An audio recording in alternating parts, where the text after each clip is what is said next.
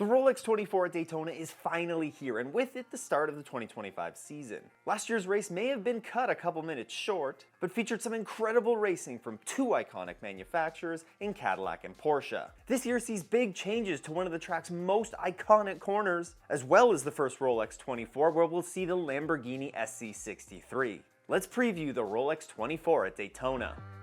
The Rolex 24 at Daytona is a 24-hour sports car race in Daytona Beach, Florida, taking place at the famous Daytona International Speedway. Now, when you think of Daytona, you probably think of the oval that NASCAR races on. This race does not take place on the oval though, and instead is held on the road course infield circuit that shares the high-banked corners of the oval. Now, Daytona International Speedway has a long history dating all the way back to 1903 on what is known as the world's most famous beach. The birthplace of speed, as it's sometimes referred to as, hosted speed trials until 1935 when stock car racing began.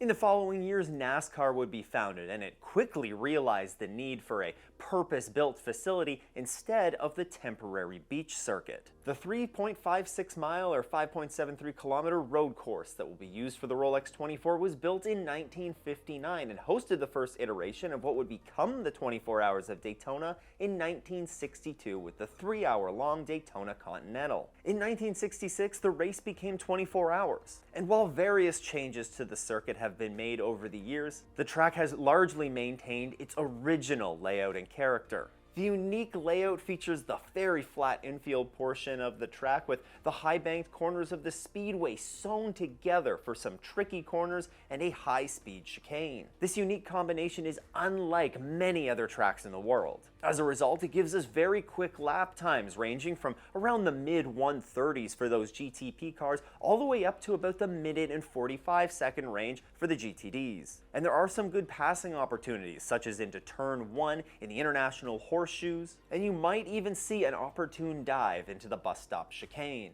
With it being a 24-hour race, the cars do run both day and night, and while the cars do feature headlights, there are also floodlights around this track which are operating at about 20% darkness through the night. This ensures that the cars still need to rely on their headlights heavily in order to navigate the circuit. Let's take a look at the storylines for the weekend, shall we? And storyline number 1, of course, is that I'm in town, right? I'm joking, of course, although I am in town. And with that being said, if you're in town as well, then I'll be hosting a small meetup at the track in the heart of the fan zone, right by the large TV. I'll be hanging out there on Friday from about 11:20 a.m. Eastern Time to 12:20 p.m. Eastern Time, and that's right when WeatherTech Practice 3 is set to take place. Come drop by and say hi if you're around. Otherwise, if you see me at the track over the course of the weekend, don't be shy and come say hi. One of the biggest changes of the weekend will come at the infamous Le Mans, or aka bus stop chicane. Last year's bus stop featured plenty of grass and a proper penalty for cars that would run off track. However, after some large wrecks in NASCAR, some changes needed to be made to this section of track. The entire area is now paved and looks vastly different than in previous years. Now, I reached out to some drivers to see what they thought of the new changes to the bus stop. Two-time Rolex 24 winner Daniel Morad said, "It feels way different to last year. The curbs are smaller but taller, so you can't cut them as much as before,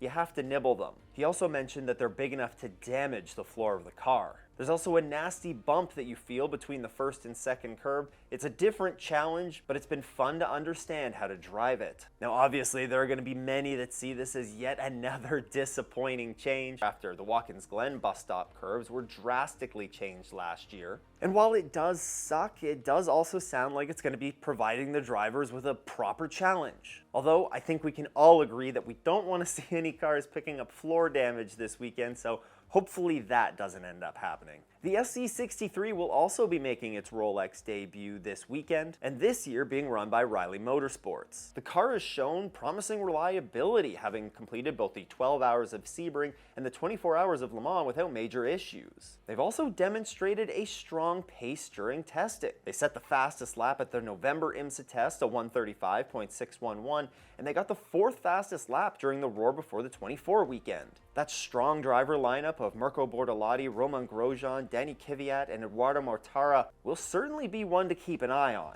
And while they may not be favorites to win, and I'm certainly not expecting them to be on for the victory at the end of this, I do think that this could be a strong run for the Lamborghini. If that car keeps up its reliability streak and demonstrates some of the pace that it's shown in testing, it could certainly be a competitive, maybe a top 5 car. It'll be a fun one to watch. There was also some support series action that took place last weekend at the Roar test, so we'll just touch on that quickly. In both of these races, we saw some pretty great battles all around, and in race 1, LMP3 saw a fairly close race, but in the end it was a win for Valentino Catalona.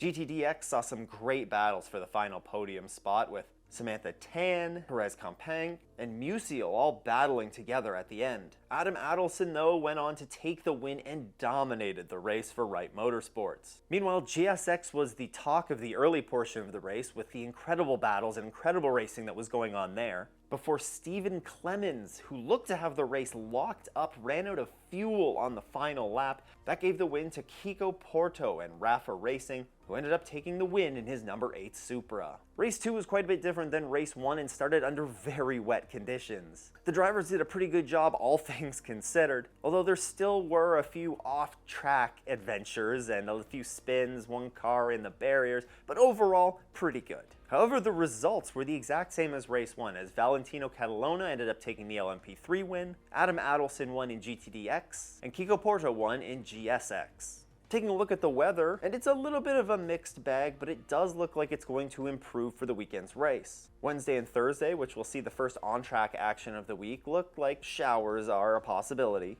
But that looks to clear up on Friday and through the weekend. And on race day, we're looking at a high of 16 Celsius or 60 degrees Fahrenheit. Notably though, it does look like it could get chilly at night, dipping down to 2 degrees Celsius or 36 degrees Fahrenheit. Let's take a look at everybody's favorite, BOP. Acura have shed 12 kilograms of weight from the Roar Before the 24 to the race start, and will also gain a slight bit of maximum power, while the Cadillac receives a boost in maximum power and the Porsche receives 1 additional kilogram of weight. Also notable here, the Acura and the Cadillac had some maximum stint energy reduced, while the Lamborghini and Porsche had a little bit added on. These shouldn't be too significant. There are a slew of changes to maximum stint energy in GTD, which, given that this is a new system for the 2025 season, shouldn't be surprising. Generally speaking though, it was a reduction for all of the cars. There are some significant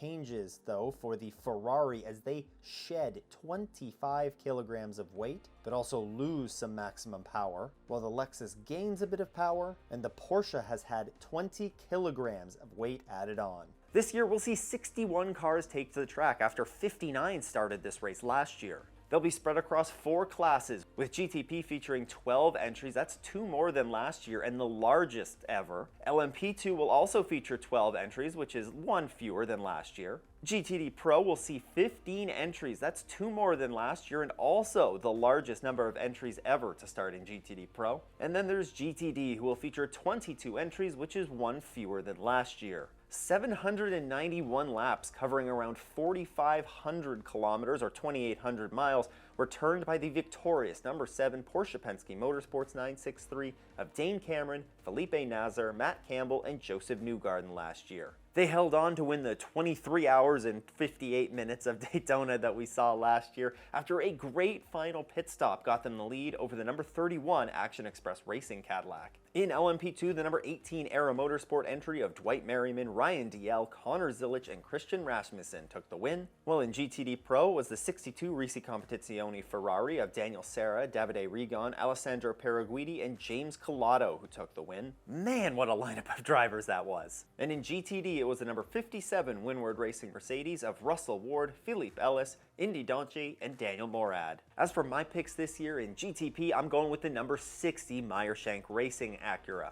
That lineup of Tom Blomqvist, Colin Braun, Scott Dixon, and Felix Rosenqvist is a strong one. And I mentioned it in my season preview episode just a couple days ago. I think that Meyershank Racing is going to be hungry coming into this IMSA season, and what better way to announce your return to the IMSA GTP class than winning the season opening race, the Rolex 24, and for the 3rd year in a row of the races that Meyershank Racing has participated in. So with that, give me the 60. In LMP2, I'm going with the 99 AO Racing entry, aka Spike. PJ Hyatt, Johnny Edgar, Christian Rasmussen, and Dane Cameron present a very strong lineup in this class. And considering the speed that they showed at various points last year, I think they come out with a strong opening round here at Daytona and take the class win. In GTD Pro, give me Dragon Speed. Albert Costa Balboa, Davide Rigon, Miguel Molina, and Thomas Neubauer present a very strong lineup here, and a car that was very strong at this track last year.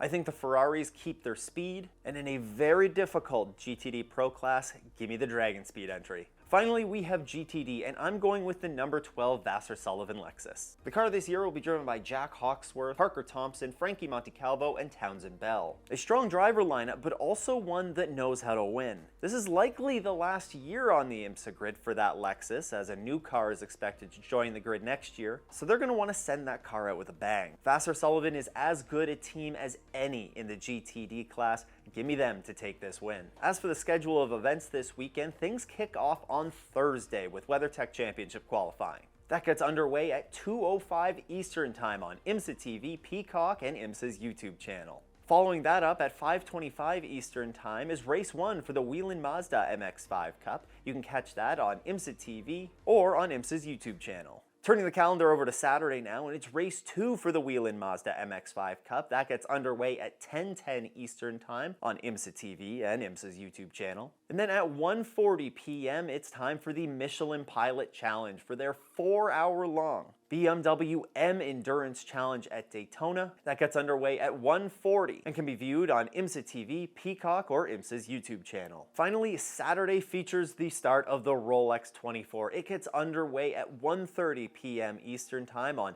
NBC, Peacock, IMSA TV, IMSA's YouTube channel, and a portion of the race will also be broadcast on USA. I would recommend checking your local listings. Well, there you have it. The IMSA season opener is just around the corner. But you don't want to be going into the first race of the season without being up to date on all the recent IMSA news, right? Check out this video that Formula Jonah and I just did on all the stories to follow in this year's Rolex 24. Huge shout out to all the channel supporters. If you too want to support the show, you can head to patreon.com/offintheesses or click that join button below. Once again though, thanks for tuning in. I hope everyone has a great race weekend and doesn't go off in the S's.